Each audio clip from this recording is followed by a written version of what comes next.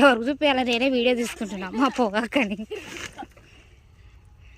ఏమో కడుతున్నాడు కట్టని. కట్టు మామ, ఏం కడుతున్నావు?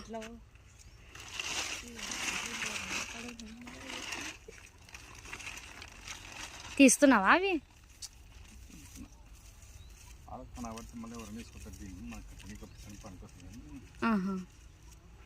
లోపలికి వేసాయి.